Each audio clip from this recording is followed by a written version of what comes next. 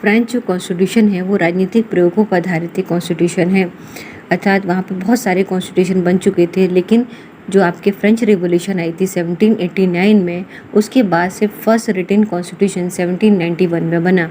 उसके बाद आपके उस कॉन्स्टिट्यूशन को रिपब्लिकन आपके 1793 में किया गया, और उसके बाद से फोर्थ रिपब्लिक 1944 तक बन चुके थे, लेकिन ये असफल रहे। इसको देखते हुए वहाँ पर जो है जनरल डी गॉले जो थे, उन्होंने एक 39 मेंबर की कमेटी बनाई, जिसके अध्यक्ष मिशेल डेब्रे को बनाया। मिशेल डेब्रे की सहायता से वहाँ पर फिफ्थ रिपब्लिकन कॉन्स्टिट्यूशन प्रिपेयर किया गया, और इस कॉन्स्टिट्यूशन को बनाने के साथ ही वहाँ पर जनता के सामने इसे एक रेफरेंडम के लिए भेजा गया, अर्थात जनमत के लिए भेजा गया। जनता की 80% वोटिंग होने के बाद इसे आपके 4 अक्टूबर 1958 को लागू किया गया। फ्रांस के संविधान की विशेषताएं इस प्रकार है। फ्रेंच कॉन्स्टिट्यूशन एक रिटन कॉन्स्टिट्यूशन है, अर्थात एक लिखित संविधान है, जिसे टेलर मेड कॉन्स्टिट्यूशन भी कहा जाता है। इसमें 92 आर्टिकल हैं और ये 15 पार्ट में डिवाइड है। इसमें पार्लियामेंट का गठन और विधि निर्माण की प्रक्रियाओं को बताया गया है। नंबर 2, यूनिटरी स्टेट यानी एकात्मक राज्य। तो फ्रांस एक ऐसा देश है जहाँ पर एकात्मक शासन व्यवस्था है। इसमें केंद्र और राज्यों के बीच कोई भी शक्तियाँ जो है आपकी विभाजित नहीं है।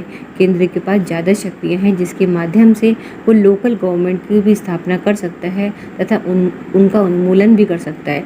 इसलिए वो ब्रिटेन से भी ज़्यादा शक्तिशाली एकात्मक व्यवस्था वाला देश है। Number 3, rigid constitution.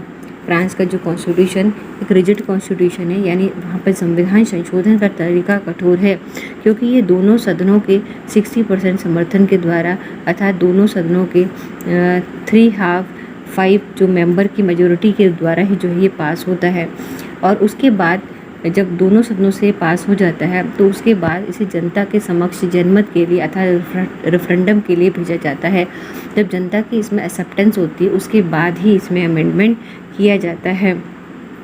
फ्रांस के संविधान में गणराज्य को बदलने पर रोक लगा दी गई है, अर्थात आपकी गणराज्य या रिपब्लिकन गवर्नमेंट के जगह पर अब मोनार्की कभी नहीं लाई जा सकती है। नंबर 4 आपके है एक स्लोगन पे बेस्ड कॉन्स्टिट्यूशन है, आपके एक नारे पे आधारित है। वो नारा है आपका लिबर्टी, इक्वालिटी एंड फ्रेटर्निटी, यानी स्वतंत्रता, समानता और भ्रातृत्व। राज्य क्रांति के दौरान इन 3 मूल्यों पर वहाँ पर बल दिया गया है। Number 5, Republican government. Republican government का अध्यक्ष यानी आपके गणतंत्रात्मक अर्थ होता है, जहाँ का राजा निर्वाचित है, यानी जहाँ का अध्यक्ष निर्वाचित होता है। तो यहाँ का राष्ट्रपति भी जो है जनता के द्वारा निर्वाचित होता है। नंबर 6, अंशतः अध्यक्षीय और अंशतः संसदीय प्रणाली, यानी हाफ प्रेसिडेंशियल और हाफ पार्लियामेंट्री सिस्टम। यहाँ पर जो है हाफ पार्लियामेंट्री सिस्टम है और हाफ प्रेसिडेंशियल सिस्टम है। जैसे राष्ट्रपति को वहाँ जनता चुनती है और ये वहाँ की लेजिस्लेचर के लिए रिस्पॉन्सिबल नहीं है ना, जैसे आपकी प्रेसिडेंशियल सिस्टम में होता है। और प्राइम मिनिस्टर और कैबिनेट मिनिस्टर जो है पूरी तरह से लेजिस्लेचर के लिए रिस्पॉन्सिबल है, जैसे आपके पार्लियामेंट्री सिस्टम में होता है। तो एक ये मिक्स कॉन्स्टिट्यूशन है जो आपके आवश्यकताओं की से उपज माना जाता है, अचानक से बना है, इसलिए इसे चाइल्ड ऑफ क्राइसिस भी कहा जाता है। नंबर 7, बाई कैमरल लेजिस्लेचर, द्विसदनात्मक व्यवस्थापिका। फ्रांस में 2 सदन हैं। वहाँ पर अपर जो हाउस है वो है सेनेट और लोअर जो हाउस है वो है नेशनल असेंबली।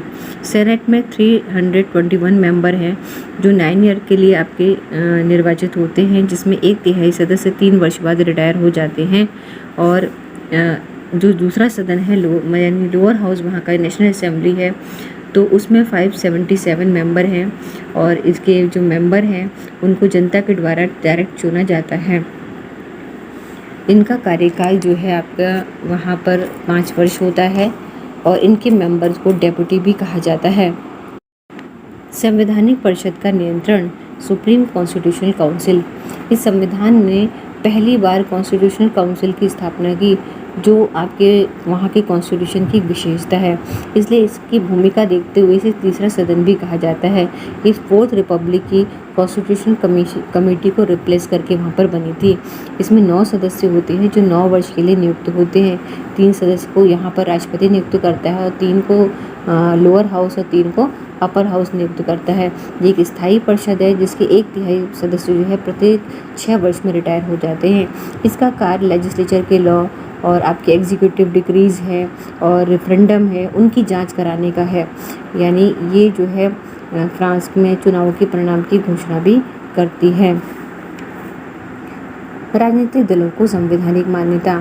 फ्रांस के संविधान की एक अद्वितीय विशेषता है कि इसमें राजनीतिक दलों को संवैधानिक मान्यता मिली है जो इसके आर्टिकल 4 में उद्घोषित की गई है। धर्मनिरपेक्ष संविधान, यानी इस संविधान में राज्य का कोई धर्म नहीं है, अपना कोई धर्म नहीं है और सभी धर्मों को यहाँ पर धार्मिक स्वतंत्रता जो है दी गई है। एक अन्य विशेषताओं में ये है कि वहाँ पर जो संविधान है वो जन्म संग्रह पर आधारित है, यानी संविधान का निर्माण जो है जनता के निर्वाचित प्रतिनिधियों ने नहीं अपितु जनता के द्वारा ही किया गया है, जिसे जनरल डी गॉल ने 39 मेंबर्स की कमेटी की सहायता से जो है करवाया था। धन्यवाद।